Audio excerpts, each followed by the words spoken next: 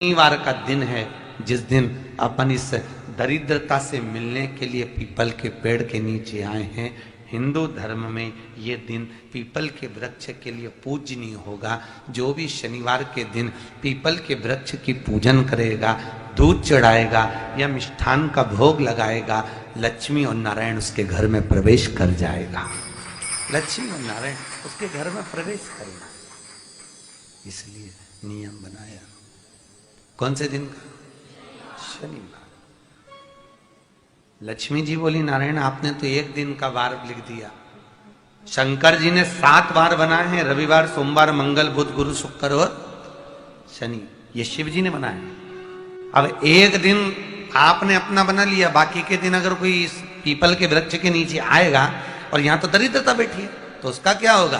भगवान नारायण बोले, सुन दरिद्रता, तेरे से एक विनती है, अगर कोई भी मनुष्य इस पीपल के पेड़ के नीचे अगर 7 दिन में आता है और उसके हाथ में अगर कोई सामग्री होती है तो तू उसके घर में प्रवेश नहीं करेगी। नियम है पीपल के वृक्ष का, या तो पानी का लोटा लेकर जाओ, कुंकू का चोपड़ा लेकर जाओ, शक्कर लेकर जाओ, या पेड़ के नीचे चींटी को डालने के लिए आटा ले जाओ, पर खाली हाथ पीपल के वृक्ष के नीचे कभी मत जाओ, कभी नहीं। खाली हाथ जाओगे तो दरिद्रता तुम्हारे घर में प्रवेश करेगी। दरिद्रता उठकर खड़ी होकर बोली, नारायण तुमने अपनी मनमानी करी है, एक दिन मुझे भी मेरा चाहिए। भगवान ने कहा, बोल कौन सा दिन चाहिए? दरिद्रता कहती है, रविवार के दिन इस पीपल के वृक्ष के नीचे मैं दिन भर नृत्य करूं, इसमें रहूं, और जो यहां आए रविवार को मैं उसके घर में प्रवेश करूं। भगवान ने कहा, ठीक है। दरिद्रता, रविवार का दिन एक ऐसा दिन रहेगा जिस दिन तू इस पीपल के वृक्ष के नीचे नृत्य करेगी और जो आएगा इस पीपल के वृक्ष के नीचे तो उसके साथ प्रवेश करेगी। मैंने तुझे वर दिया। इसलिए हमारे यहाँ केवल पीपल का वृक्ष अगर दीवार में भी लग जाता है ना, किसी की व्यक्ति की दीवार में, किसी के घर की दीवार में पीपल का वृक्ष अगर लग जाता है, पीपल का पौधा लग जाता है, उसको कितना भी तोड़ लो वो वापिस लग जाएगा। फिर तोड़ोगे फिर लग जाएगा।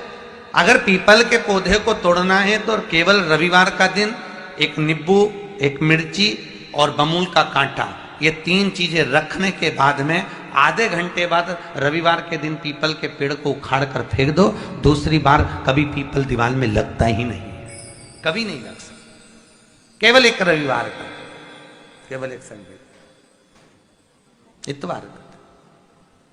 घर में दीवारों पर अगर पीपल लग भी गया है, इसलिए पीपल के वृक्ष को उखाड़ने का, अगर घर में पीपल लगा हुआ है या पीपल का पौधा हमारे घर में लग गया, उसको उतारना, निकालना, लगाना, तो पीपल के वृक्ष को अगर निकाला जाता है तो रविवार के दिन, और अगर पीपल के वृक्ष को कहीं लगाया जाता है तो सोमवार के दिन या मंगलवार के दिन, बुधवार के दिन, इन दिनों में लगा सकते पीपल के वृक्ष कहीं लगाना।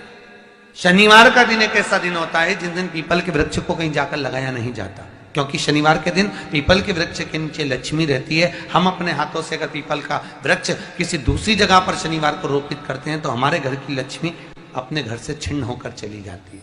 इसलिए शनिवार के दिन पीपल लगाया नहीं जाता, किसी के घर जाकर उसको वापस पलटा नहीं जाता। लग गया उसको डाल।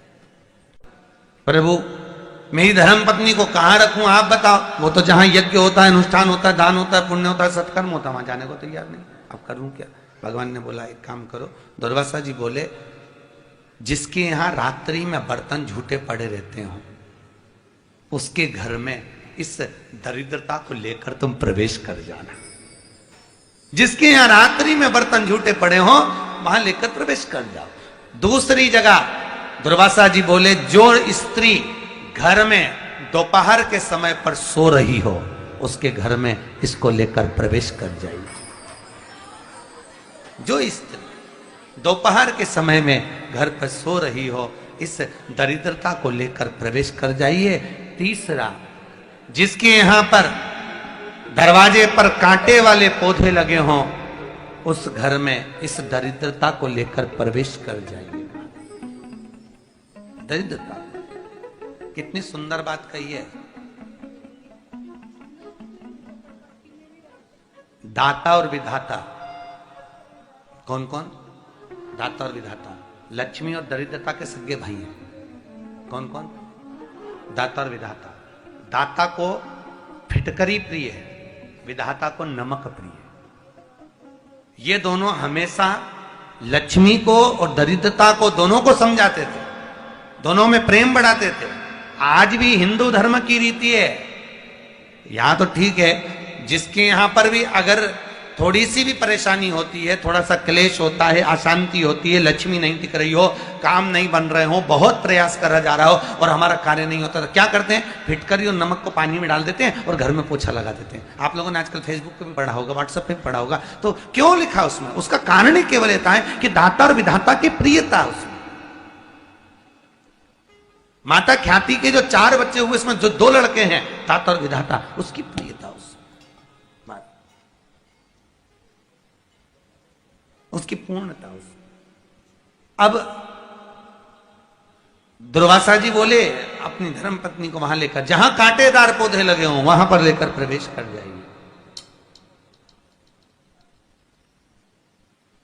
कांटेदार पौधों में उस दरिद्रता का निवास हो गया। पीपल के पेड़ के नीचे हम लक्ष्मी जी के साथ शनिवार के दिन आपसे मिलने के लिए आए हैं। शनिवार के दिन जो पीपल के वृक्ष के नीचे दिया लगाएगा, उसके घर में कभी संपदा की कमी नहीं होगी। सारे दिन पीपल के वृक्ष के नीचे हमारा निवास होगा। आज भी नियम है, जिसको शनि लग जाता है, एक काजल की डिब्बी ले लो और काजल की डिब्बी को 21 बार उतार कर उसको एकांत में जाकर, जंगल आदि में एकांत में किसी पेड़ के नीचे इतना सा खड्डा खोद कर उसमें काजल की डिब्बी को डाल दो और मिट्टी से पूर दो, उस व्यक्ति का शनि समाप्त हो जाता है। काशी विश्वनाथ का नाम लेकर काजल की डिब्बी को 21 बार उतार कर अगर काशी विश्वनाथ का नाम लेकर शनि वाले व्यक्ति को अगर पेड़ के नीचे दबा दे, शनि समाप्त। शनि उसको शनिवार के दिन जो पीपल के वृक्ष में सरसों के तेल का दीप लगाता है, उसको शनि कभी परेशान नहीं करता। एक बात हमेशा ध्यान रखिएगा, मान लो अगर कोई भारी रोग ऐसा शनि महाराज के कारण हो गया हो, अच्छे काम करते करते उल्टे हो रहे हैं, होते हैं किसी किसी के साथ में, विपरीत परिस्थितियां आ जाती है, अच्छा करने जाओ बुरा हो जाता है, अच्छा कर्म करने जाओ बुरा हो जाता है। तो पीपल के वृक्ष की जो छाल होती है, छाल देखिए, पीपल के वृक्ष में जो छाल लगी होती है, उस छाल को घिसकर चंदन बनाकर भगवान शंकर का स्नान कराकर, अभिषेक कराकर, पूजन कराकर, पूजन कराने के बाद हमें पिपलेश्वर महादेव का नाम लेकर, कौन से महादेव? पिपलेश्वर महादेव का नाम लेकर वो जो घिसी हुई छाल होती है, उस छाल का तिलक भगवान शंकर को लगा लो और उसी का थोड़ा सा भाग अपने कंठ पर, मस्तक पर लगाना प्रारंभ कर दो।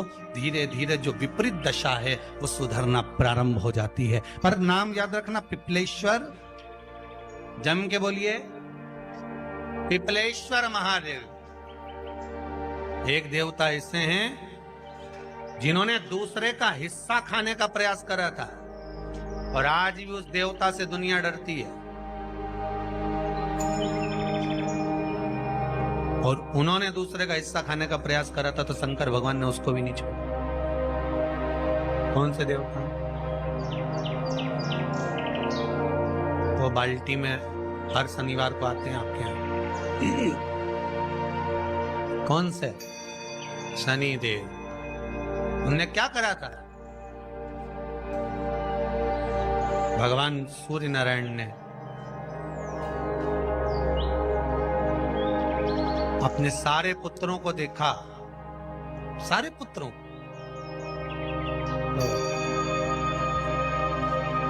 सारे पुत्रों को देखकर आज मेरे सूर्य नारायण भगवान बड़े सुखी, बड़े प्रसन्न। मेरा पुत्र शनि भी श्रेष्ठ है, मेरा पुत्र यम भी श्रेष्ठ है, सब ठीक है। आज भगवान सूर्य देवता ने अपने पुत्रों को बुलाकर कहा, आज मेरा मन कर रहा है कि मैं सारे लोगों का राज्य अपने पुत्रों को बांट दूं, सबको अपना अपना हिस्सा दे दूं। शनि महाराज जी को भी हिस्सा दे दिया गया। अब जब शनि महाराज जी को हिस्सा दे दिया तो शनि महाराज जी संतुष्ट नहीं हुए। दुनिया में ऐसे लोग बहुत सारे हैं जो संतुष्ट बहुत कम हो पाते हैं। शनि देव के मन में संतुष्टि नहीं हुई। जब शनि देव के मन में संतुष्टि नहीं हुई तो शनि महाराज उसी समय पर अपने सारे भाइयों का हिस्सा बटोरने लगे, उस पर कब्जा करने लगे। कब्जा करने लगे तो सूर्य देवता की आंख में जल भर गया। कितना तेजवान सूर्य नारायण, कितने तेजवान, कितना तेज भगवान सूर्य के पास में था। पर शनि महाराज को देखकर आज रो रहे हैं। शनि महाराज को, शनि महाराज ने अपने भाइयों के इस हिस्से पर क्या कर लिया। सूर्य नारायण भगवान की आंखों में जल भर गया कि मेरा पुत्र ऐसा कर रहा है। शनि को बुलाया सूर्य नारायण भगवान ने, समझाया और नहीं माना। किसी किसी की नियत होती है कि इसको इतना कैसे दे दिया, अम्मा ने इसको इतना कैसे दे दिया, पिताजी ने इसको इतना कैसे दे दिया, मैं तो कब्जा करूंगा, दुकान नहीं छोड़ूं, घर नहीं छोड़ूं, ये नहीं छोड़ूं, वो नहीं छोड़ूं। मत छोड़, एक दिन संसार छोड़कर जाना पड़ेगा। तब कहीं जमीन जायदाद छाती पे बांध के ले जाएगा। नहीं माने तो सूर्य देवता ने अपने गणों को भेज दिया, जाओ जरा शनि महाराज को जरा हटाओ वहां से। शनि महाराज को गुस्सा आया और शनि महाराज ने उन सारे गणों को नष्ट कर दिया।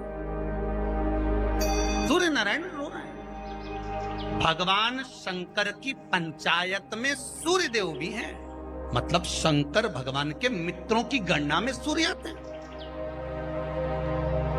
भगवान विष्णु, सूर्य नारायण, शंकर भगवान, माँ दुर्गा, गणेश जी, ये पंचायत है ना शंकर की, शिव पंचायत। शिव परिवार में कार्तिकेय, गणेश जी, पार्वती जी, शंकर जी, नंदी, ये शिव परिवार।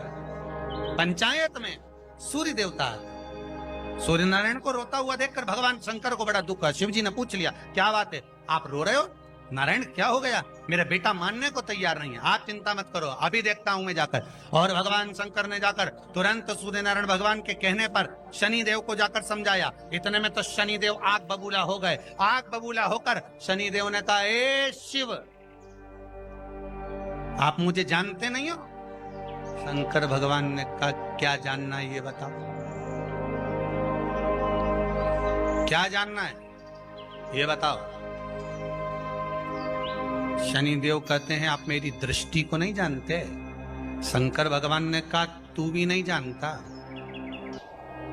कि तेरी दृष्टि खराब कैसे हुई। तेरी दृष्टि को श्राप किसका लगा है तुझे नहीं मालूम क्या? शंकर भगवान ने जब समझाना चालू करा कि देख शनि देव, तुम तो कह रहे हो, तुम तो बोल रहे हो कि मेरी दृष्टि नहीं जानते। हम जानते हैं आपकी दृष्टि, मना नहीं है, जाना, पर आप नहीं जानते क्या? शिव जी जानते हैं। शिव जी ने कहा, मैं सब जानता हूं। आपका विवाह करा सूर्य देवता ने, आपकी पत्नी घर में आ गई, आप अपनी पत्नी को देखते तक नहीं थे, इसलिए आपकी धर्म पत्नी ने आपको श्राप दिया कि जिस पति ने मुझ पर दृष्टि नहीं डाली, मेरे वो पति की दृष्टि कुदृष्टि हो जाए, जिस पे डालेगा वो बर्बाद हो जाए। शनि महाराज ने कहा, आप मेरी पत्नी की याद मत दिलाओ। शंकर भगवान बोले, ए शनि, फिर समझा रहा हूं, हिस्सा छोड़ेगा कि नहीं छोड़ेगा? शनि बोले, नहीं छोड़ूंगा। शंकर भगवान ने उठाया, पीपल के पेड़ के नीचे ले गए और पीपल के पेड़ के नीचे शनि महाराज को उल्टा लटका दिया। 19 साल तक शनि महाराज को पीपल के पेड़ के नीचे शंकर जी ने लटका के रखा। अब बोल, 19 वर्ष तक शनि महाराज पीपल के वृक्ष में, पीपल की जड़ पर बंधे रहे, बोले ही नहीं, शिव टंगे रहे। अब दूसरे का हिस्सा खाने वाले को जब शनि महाराज जैसे के लटका दिया भोलानाथ ने, तो तुम कहीं लगो रे लाइन में? मेरा विचार तो करो। 19 वर्ष तक शनि महाराज लटके रहे, तब 19 वर्ष नेत्र बंद कर कर शनि महाराज ने शंकर की आराधना करी कि दुनिया में कोई ऐसा नहीं जो मुझे उल्टा लटका दे, केवल एक यही है जिनने मुझे लटकाया है। तो 19 वर्ष तक तप करा तो शंकर जी प्रसन्न हो गए। धरनी को हटाकर पार्वती को लाए, साथ में आशीर्वाद दिया, शनि महाराज को खोला। वर मांगो, तुम्हें क्या चाहिए, मांगो तुम्हें क्या चाहिए। शनि महाराज ने कहा मांगूंगा कुछ नहीं, आप वर दे दीजिए। शंकर जी ने कहा मैं तुम्हें दंड अधिकारी बनाता हूं कि आप अच्छे और बुरे का दंड दोगे, आप अधिकारी बनकर बैठोगे, मेरा आशीर्वाद तुम्हारे साथ है। दंड अधिकारी। भगवान शंकर का एक अवतार है पिपलाद अवतार।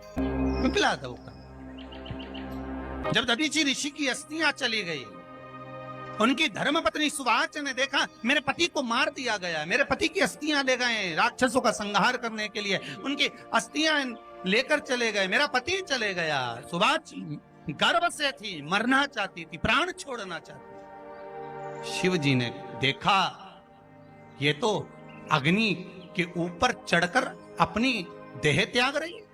शंकर भगवान ने आकर कहा रुक जा सुवाच, रुको, तुम्हारे गर्भ में बच्चा है, तुम्हारे गर्भ में बच्चा है, वो बच्चा मर जाएगा, अब इस बच्चे को जन्म देकर भी क्या करूं। नहीं पिता, तुम्हारे गर्भ में जो बच्चा है वो महाज्ञानी है, तुमने मुझसे प्रसाद के रूप में मांगा था, कहा था शिव जैसा पुत्र होना चाहिए, तो क्या तुम शंकर को नष्ट कर दोगे। मैं शंकर को जन्म दूंगी। सुवाच ने 2 पत्थर उठाए, अपने गर्भ पर मारना प्रारंभ करा, गर्भ पर मारा, बच्चे ने जन्म लिया। बच्चा 7 महीने का था, उस बच्चे को उठाकर पीपल के कोटर में रख दिया। पीपल की कोटर। एक गिलहरी पीपल के फल को लेकर आती थी, पिपलाद के मुंह में देती थी। शिव का एक, इसलिए शंकर का नाम ही पिपलेश्वर महा। शिव का एक अवतार पिपलाद के रूप में हुआ है। तुम क्यों चिंता करती हो, तुम चिंता मत करो, तुम्हारा पुत्र जन्म दो तुम। और दिया धन सुवाच ने, उसके बाद प्राणों को त्यागा। और उस पीपल के कोटर में अगर भरण पोषण करने वाला कोई था तो वह देवाधिदेव महादेव था। फिर निवेदन करेंगे, माता के गर्भ में बच्चा रहता है, उसका भरण पोषण करने वाला मेरा देवाधिदेव महादेव है। अगर जन्म उसने दिया है तो मृत्यु भी वो देगा। अगर तुमको कुछ ज्ञान दिया है तो अच्छी जगह पर भी वही पहुंचाएगा। आप जो अभिलाषा लेकर आते हैं, बच्चे कहते हैं हमारी नौकरी नहीं है, सर्विस नहीं है, हम इस कॉलेज में पढ़ना चाहते हैं, हम इस जगह जाना चाहते हैं, हम इस पद पर जाना चाहते हैं, बस इतना याद रखना, तुम्हारा भाग्य बुरा नहीं होता। कभी भी याद रखना, संसार में जिसको भगवान ने जन्म दिया उसकी किस्मत कभी बेकार नहीं हो सकती। अगर भगवान तुम्हारी किस्मत बेकार होती तो जानवर बनाकर पैदा करता, इंसान बनाकर नहीं। किस्मत अच्छी थी इसलिए इंसान बनकर पैदा, जानवर बनाकर पैदा नहीं करा। अगर तुम्हारी किस्मत अच्छी थी इसलिए मनुष्य बनकर पैदा हुए हो, इंसान बनकर पैदा हुए हो, मानव बनकर पैदा हुए हो। भगवान को दोष मत देना कि भगवान ने किस्मत बेकार दी है। भगवान ने किस्मत अच्छी बनाई है इसलिए तुझे मृत्यु लोक में जन्म दिया। भगवान ने भाग्य अच्छा बनाया इसलिए तुझे शिव महापुराण की कथा सुनने का मौका दिया। नहीं तो भाग्य में नहीं होती तो कहां से मिल जाती। किस्मत अच्छी है तो भगवान नौकरी भी लगाएगा, धंधा भी करवाएगा, सर्विस भी कराएगा, विवाह भी करेगा, शादी भी करेगा, मकान भी बनाएगा, जायदाद भी देगा, संतान भी देगा। उसने दिया है पेट तो भरेगा वही। हम काय को अपने माथे पर ले। मैंने इतनी पढ़ाई कर ली, मैं इंजीनियर हो गया, मैं ये बन गया, मैंने तो ये कर लिया, उसके बाद भी मैं घर में बैठा हूं, मेरा छोरा घर में बैठा, इतना पढ़ने के बाद बैठा। जन्म उसने दिया है, भाग्य उसका है, किस्मत उसकी है, तो कहो उसको कि शंकर का भजन कर, मंथन करे, मक्खन निकलेगा और घी भी जरूर बने। हारना मती। जब तेरे 3.5 करोड़ बार गिनती मत करना, गिनती वो करेगा। तू तो भज, तू कुबेरेश्वर का स्मरण कर, तू महाकाल का स्मरण कर, तू काशी विश्वनाथ का स्मरण कर, तू महाकाल राजा का स्मरण करके तो देख। शिव का भजन कर, 1 लोटा पानी ले जाकर रोज चढ़ा शंकर जी के मंदिर में जा। शिव से भजन करने में क्या देरी। नहीं जा सकता शिव मंदिर में जाने में। बच्चों को अगर शर्म आती हो तो बेलपत्री के पेड़ के नीचे पानी चढ़ाया, वो भी नहीं कर सकता तो पीपल के पेड़ के नीचे चढ़ाया, वो भी नहीं कर सकता तो आंवले के पेड़ के नीचे चढ़ाया। पर कहीं जुड़ तो सरी, एक बार साध तो सरी, पकड़ने का प्रयास तो करो परमात्मा। भगवान देवाधिदेव महादेव को जल चढ़ाते हैं, उसके 5 अलग अलग तरीके हैं। बहुत सावधानी से सुनना कथा, आपकी और हमारी जिंदगी की सार्थकता को सिद्ध करने वाली कथा। आज पंजाब की इस पवित्र भूमि पर अगर यह प्रसंग निकला है तो इसको आप अगर सुनेंगे तो आपका जीवन सार्थक होगा। शिव जी को 5 तरह से जल चढ़ाने का तरीका है। जैसे पंचामृत होता है, दूध, दही, शहद, घी, शक्कर, ये सब पंचामृत के अंतर्गत आते हैं, उसी तरह शंकर जी को 5 तरह से जल चढ़ाने का क्रम वर्णित किया गया। अब उसको समझेंगे, बहुत सावधानी से समझिएगा। पहला, जल लेकर आए, सीधे डायरेक्ट शंकर भगवान के शिवलिंग पर चढ़ा दिया। यह प्रथम जल का चढ़ाने का तरीका। दूसरा, जहां से पानी बहकर जाता है, जहां से जल बहकर जा रहा है, उसके ठीक विपरीत जल उत्तर में जा रहा है, आप दक्षिण में खड़े होंगे और दक्षिण में खड़े होकर उत्तर की ओर मुख करेंगे और शिव जी को जल समर्पित करेंगे। यह रोग मुक्ति करने वाला है और हमारे रोग पर हमें विजय प्रदान करने वाला है। यह जल चढ़ाने का तरीका। एक, सीधे मंदिर में गए, लोटा भरकर जल उठाया, शिव जी को चढ़ा दिया। दूसरा, जल जहां से पानी बहता है, शिव जी का चढ़ा हुआ जल जहां से बहकर जाता है, उसके ठीक विपरीत में शिव जी का जल इधर जा रहा है तो तुम यहां खड़े हो, तुम यहां बैठो, यहां मत बैठना, यहां मत बैठना, इधर बैठो। अगर रोग का निवारण है तो यहां बैठकर। तीसरा, अशोक सुंदरी से जल चढ़ाते चढ़ाते शिवलिंग तक लेकर जाना और शंकर भगवान के शिवलिंग पर पूर्ण जल समर्पित करना। यह तीसरा तरीका। यह कार्य की सिद्धता के लिए। हम जब किसी से आस न लगाकर परमात्मा से विनती करते हैं तो वो विनती करने का तरीका। तीसरा। चौथा, शिव जी पे चढ़ा हुआ जल 5 जगह पर समर्पित करना। गणेश जी, कार्तिकेय, अशोक सुंदरी, शिवलिंग और जलाधारी। ये चौथा क्रम है। जब जिस नारी का, जैसे मेरा नाम मोनिका है, मेरे पति का नाम संजय सिंह है, मैं दिल्ली स्वरूप नगर के निवासी हूं, मेरा फोन नंबर ये है। कहीं बैठी हैं? मैं बाबू को लाए हैं क्या? नहीं लाए? ठीक है, मैं प्रणाम करने के लिए लाई हूं। गुरुदेव, बाबा बाबा है, बैठी है बहन। शिव तत्व है। एक जल चढ़ाने का तरीका, शिव जी को हम जो जल चढ़ाते हैं उसका एक तरीका भी हमारी जिंदगी में अगर हमने उसको स्मरण में रख लिया तो हमारी कार्य की सिद्धता को सिद्ध कर देता है, हमें सफलता की ओर लेकर चले जाता है। सीधे जल चढ़ाना, दक्षिण में बैठकर उत्तर की ओर मुख कर कर जल चढ़ाना, अशोक सुंदरी से लेकर शिवलिंग तक जल चढ़ाना, 5 स्थान पर गणेश, कार्तिकेय, अशोक सुंदरी, जलाधारी, शिवलिंग पर जल चढ़ाना 5 स्थान पर। ये चौथे नंबर का। और 5वां जल समर्पित करना।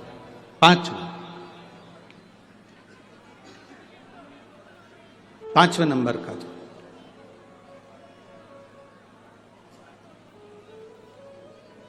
शिव जी को 5म नंबर का जो जल आता है, जो जलाधारी है, ऊपर जिसमें पानी भरा रहता है और नीचे एक एक बूंद टपकता रहता। जलाधारी में जल समर्पित कर कर उसी जल को बचाकर अशोक सुंदरी वाली जगह पर थोड़ा सा चढ़ाकर उसी में से जल शिवलिंग पर जब हम समर्पित करते हैं तो हम जिस कार्य के लिए जा रहे हैं वो कार्य सब। बाती का प्रमाण अलग होता है। लंबी बाती क्यों लगाई जाती है? भगवान के मंदिर में दीप में, देवियों की पूजन में, लक्ष्मी की वृद्धि के लिए। कौन से देवता क्या लंबी बत्ती लगती है और कौन से देवता क्या गोल बत्ती लगती है, उसका भी प्रमाण वर्णन। किसी देवी की पूजन करो तो लंबी बत्ती आती है, कुल देवता की पूजन करो तो लंबी बत्ती आती है, किसी मंदिर में किसी देवता को लगाने जाओ तो गोल बत्ती लगती है, उसका भी प्रमाण है। लंबी बत्ती जहां लगाई है, अगर लक्ष्मी के सामने लगाई है तो लक्ष्मी की लंबाई बढ़ती है, लक्ष्मी की वृद्धि बढ़ती है। अगर कुल देवता के नाम की लगाई है तो वंश की वृद्धि होती है। इसलिए हमारे यहाँ अमावस्या पूनम को जो पाटे माटे भराते हैं उसमें गोल बत्ती नहीं लंबी लगाई जाती है, जिससे हमारा वंश बढ़े। नवरात्रि में देवी जी की जो बाती लगाई जाती है वो लंबी लगाई जाती है, गोल नहीं। क्यों? क्योंकि जिससे माँ हम पर कृपा बना कर रखे, हमारा वंश खूब बढ़े, हमारे यहाँ लक्ष्मी की वृद्धि हो। स्थिर बाती गोल बाती लगाई जाती है ब्रह्मा के मंदिर में, इंद्र के मंदिर में, देवता के मंदिर में।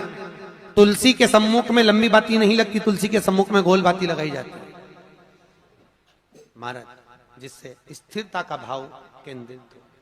स्थिरता का भाव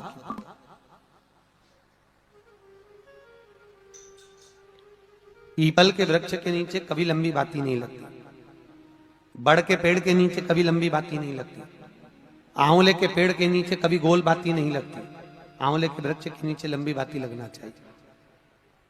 धन की वृद्धि, सुख समृद्धि। तुलसी के पौधे के नीचे लंबी नहीं लगती, गोल बाती लगती। बातियों का भी प्रमाण।